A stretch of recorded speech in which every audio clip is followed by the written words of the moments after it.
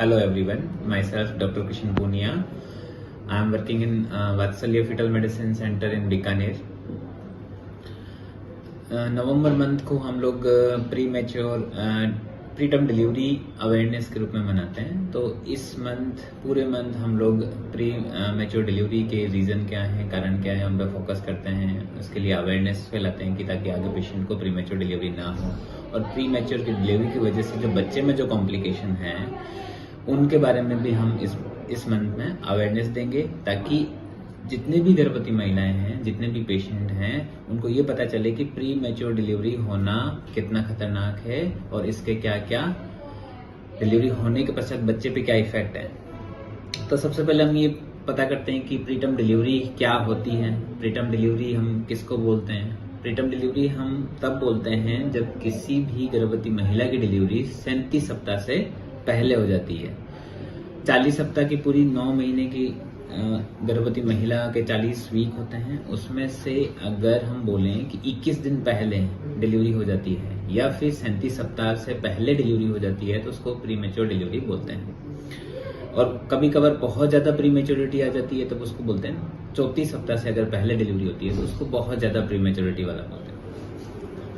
Pre maturity के जो मुख्य कारण है, प्री मैच्योर डिलीवरी क्यों होती है, उनके बारे में हम डिस्कशन करते हैं। तो प्री मैच्योरिटी का डिलीवरी का मुख्य कारण है फर्स्ट, बच्चेदानी की बनावट में खराबी होना। कई बार बच्चेदानी की बनावट में जैसे कि पर्दे होना, कई बार बच्चेदानी की मुंह की लंबाई में कमी होना, जिसकी वजह से प्रीटर्म डिलीवरी हो जाती है। तीसरा मुख्य कारण है पेशाब में बार बार इन्फेक्शन होना, या फिर वाइट डिस्चार्ज के कारण जो इन्फेक्शन होता है उसके कारण प्री मैच्योर डिलीवरी हो जाती है।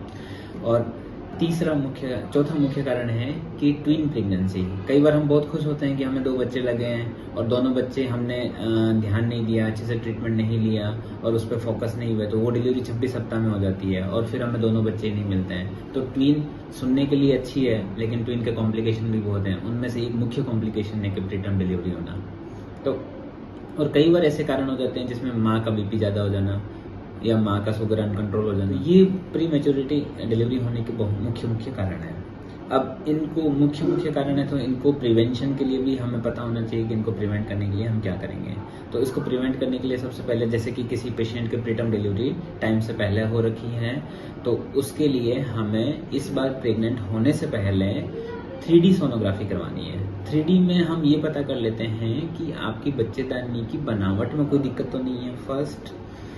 सेकंड, बनावट में प्रॉब्लम नहीं है तो इस बार हमें, आपकी जब प्रेग्नेंट हो गए तो हमें दूसरी चीज़ों पे फोकस करना है। एटलीस्ट हमने एक जो मुख्य कारण है उसको रूल आउट कर लिया है। तो अगली बार जब आप प्रेग्नेंट होके आओगे हमारे पास, तो हमने 3D सोनोग्राफी की, उसमें हमने बच्चेदानी की बनावट में खराबी का पता कर लिया कि वो है नहीं आपको। तो इस बार अगर प्रेग्नेंट होके आते हो तो हमें उसकी सर्वाइकल लेंथ मॉनिटरिंग करनी पड़ती है। और सर्वाइकल लेंथ अगर नॉर्मल है तो हमें उसे हर महीने सोनोग्राफी करते हैं तो उसे मॉनिटर करेंगे, और जब ये लेंथ 2.5 सेंटीमीटर से कम होगी तो हमें इंटरवेंशन की ज़रूरत है, अदरवाइज इंटरवेंशन की ज़रूरत नहीं है।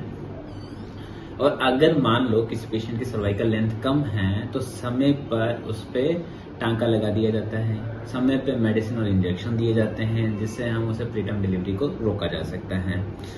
तीसरा कि ट्विन्स प्रेगनेंसी है। ट्विन प्रेगनेंसी में भी सर्वाइकल लेंथ मॉनिटरिंग करना बहुत ज़रूरी है, जबकि आपको शुरुआती महीने में हो सकता है वो सर्वाइकल लेंथ नॉर्मल हो, लेकिन ऐसे ट्विन्स प्रेगनेंसी में सर्वाइकल लेंथ जैसे जैसे बच्चे बड़े होते हैं गर्भ के अंदर, तो सर्वाइकल लेंथ की लंबाई में कमी होना चालू हो जाती है। उसे सही मॉनिटरिंग करके, सही टाइम पे इंजेक्शन और दवाएं देके, इंटरवेंशन करके हम उसे प्रीटर्म डिलीवरी होने से रोक सकते हैं। फिर जैसे कि पिछली डिलीवरी में हाई बीपी की वजह से प्रीटर्म डिलीवरी करवाना पड़ा था, तो ऐसे पेशेंट में भी हम 12 सप्ताह में कुछ ऐसे टेस्ट होते हैं जिससे हम ये पता कर सकते हैं कि इस प्रेगनेंसी में भी उनका बीपी बढ़ सकता है या नहीं बढ़ सकता है। तो अगर बढ़ सकता है तो उसको टाइमली इंटरवेंशन करके, मेडिसिन देके उस प्रेगनेंसी को प्रोलॉन्ग कर सकते हैं। तो ये मुख्य कारण है। अब ऐसे प्रीटर्म जब बच्चे होते हैं तो उनके भी कुछ कॉम्प्लिकेशन है। सबसे मोस्ट इम्पोर्टेंट कारण क्या है? ये बच्चे NICU में रहते हैं। अब NICU स्टे का खर्चा बहुत ज़्यादा होता है।